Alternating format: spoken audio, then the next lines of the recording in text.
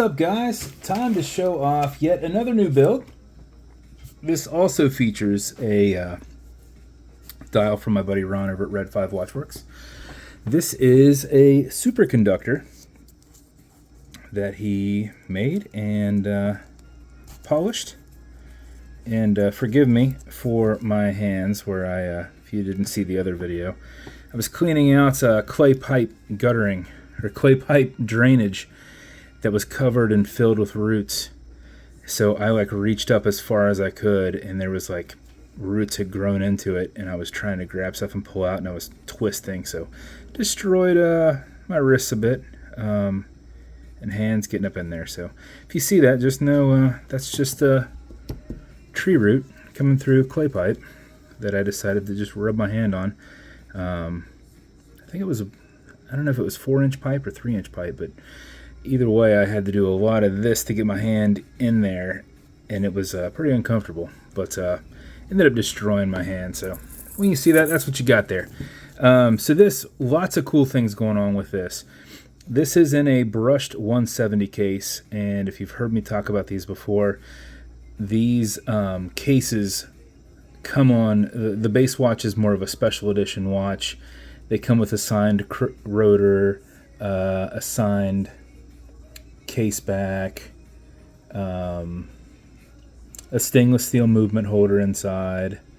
They have a bezel on them, so it is a more expensive watch just to get at this case, which is basically a brushed version of the 150 case, which is polished, that I don't use very often, but you'll see those cases as my Cerakote builds, because I remove the polish with bead blast and Cerakote, because the polish nicks and scratches so easily. Just receiving them has all kinds of imperfections in them that I don't typically do too many watches in that. So this is a more expensive base watch case. The bezel on this, Peter put this on a milling machine, and you'll see, depending on where you look, you'll see your little fan marks in it going all the way around, where he took a stock bezel and ground it down, left that lip, and I thought it went with this so nicely. Thought it looked great. Did a set of silver Moldova hands in there. Obviously you can see that Super Conductor in there. This is a watch where you're just going to have to know how to tell time because you have no point of reference inside there. But I thought having it like this made it look so much cooler. So might not be for everybody, but it's for somebody, and that somebody is going to love it. So this also has a manufactured case back. These are actually, you know what, I see a little tiny nick. I'm going to probably swap that out. I didn't see that until it bounced off the light. Yeah, there's a couple little nicks in there. What's that all about? So I'll just end up using that on one of my own personal watches that I keep. So, how's that one look? This one looks good. So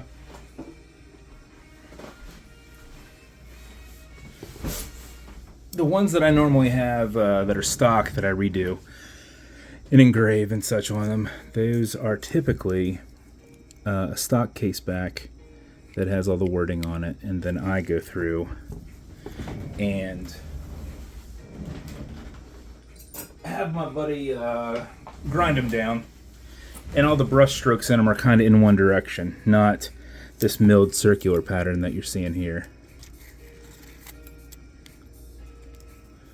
But I'll keep this case back for myself. I know you could say, oh, nobody sees that back there, blah, blah, blah, blah. But something obviously scratched it up. So you can see the signed rotor in the back there. These have two little tabs. And since I never show anybody on the inside, a lot of times when you open up a watch, you have your gasket, and it has something to do with the threading. So when you open your watch and you redo them, you're supposed to replace those gaskets because you've stretched them, right? Well, with these you don't. These are compression, so these just fit inside here. This piece comes down, and it's slightly, it's domed, right? So the theory behind this, and with the glass, with these watches, and it's not really a theory, it's been proven, but they were strapping these to the hulls of submarines and taking them down. And what ends up happening is once they're rated at 200 meter, but they notice as they get further and further down, the way that doming is with the acrylic and with the caseback, it compresses and creates an even tighter bond and weatherproofness, or water resistance.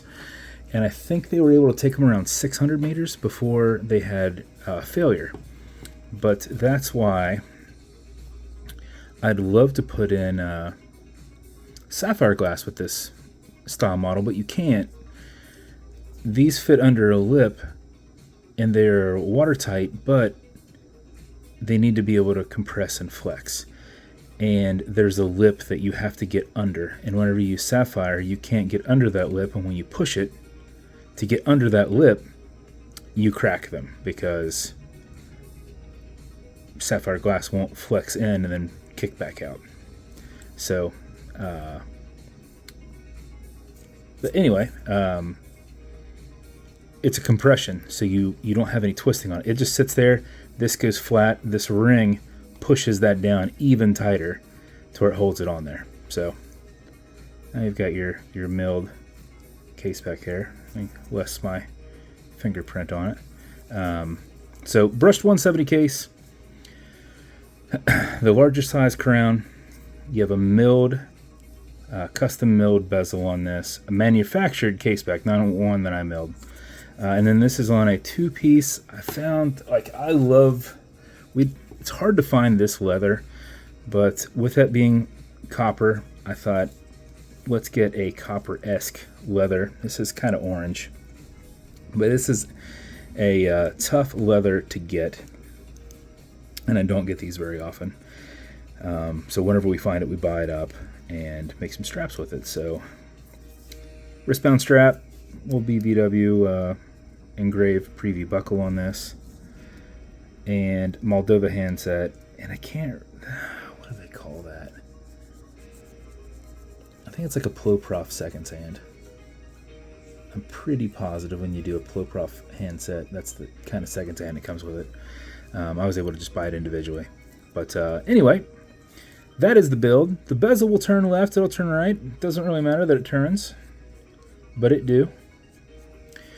Automatic mechanical. You saw there was a rotor in the back there. As you move, it winds. It moves around and winds it. But before you put it on, you want to wind it just a little bit, especially if it's not running, because if you just set the time and put it on, if you're not moving your hand right away, the watch isn't going to start. So wind it up just a little bit before you put it on, and how you do that is you back the crown off the threads until you hear it. There it is, and feel it clicking. Winding it towards you doesn't do anything, but it's a lot easier to keep your finger spacing and just go back and forth. If you want to do these, you can do those, but I ended up putting them right back on the thread. So I just do this and kind of let my finger kind of rub against that to keep that distance. So when you're happy with your winding, actually you want to do this for 4 or 5 seconds before you put it on. If you do it for something closer to 15, you're going to max out your 31-hour power reserve, which is what I do because I build them. Like I built this yesterday morning. And now it's, what, 4 o'clock, 4:30-ish or so. Well, I guess it's probably this time. 4:20, almost 4:25. So I wind them all up, let them run, make sure that the hands don't touch each other, anything that would cause any bit of slight friction to make the watch pause or anything like that. So if you do that, you'll get about 31-hour power reserve. Most of the time it's about 36. But it's 31 hours plus or minus, and it's a decent plus. Most of the time I'm getting 36. But anyway, you're going to wind that back and forth. When you're happy with that winding, you're going to pull to the 1 and only click, and you can now set your time. Does not have a hacking movement, so it's going to keep going. You'll also notice you've got a wobble crown. This deflects lateral pressure from going into the stem and into the movement, so when you're pushing and prying on it, you're not putting any adverse pressures on anything. Man,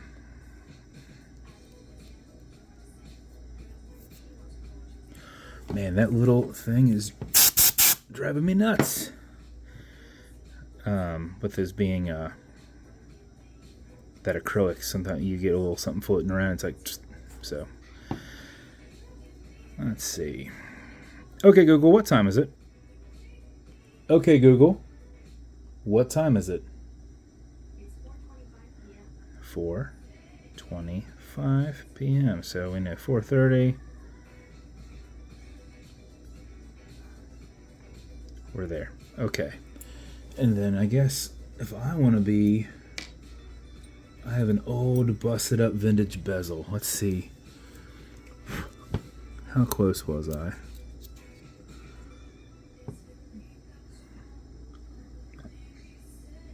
I was over by a minute, which it might be that minute now.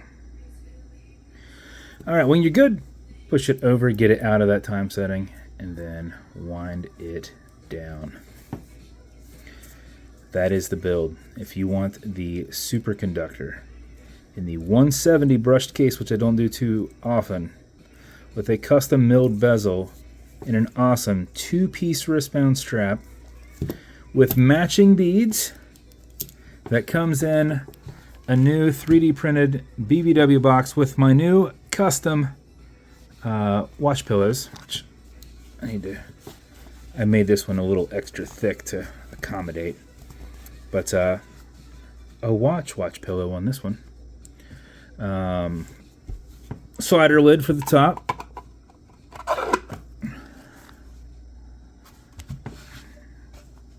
It'll come in that. Let's see. So if you want all this, this is going to be part of the event tonight. This will be at 23 spot. It's also going to come with a couple other things. Oh, just side note, this is a vintage watch wrench. Patented vintage watch wrench that somebody on one of the exchange pages had it up for a sale. Said he bought 2. He's been using his for years, and this one was brand new in the box. I kept the box because the box was super awesome, but a little more expensive. But it has adjusters that go in and out here, and an adjustment for your center. You spin this, and it moves this up and down. It's a threaded handle, and it adjusts this. So once you get these set for your distance, then you adjust this up for your third point. So a little more than I wanted to spend, but yeah, normally you can get one of these for like $15, $10. This was like 80-ish, but it does the same job as the other ones. It's just well built and will probably last me forever. So, but anyway, you're not getting that, but it's just showing you that. It's going to come with watch cleaner. This is good on all glass and metal parts. So everything here in the center, non-streaking, non-toxic, non-residue. You're also going to get some leather conditioner that will keep this strap perfectly soft. If you ever feel that the strap is not soft, apply it on the front and back, let it soak in, remove any excess. Got too much stuff in the picture here.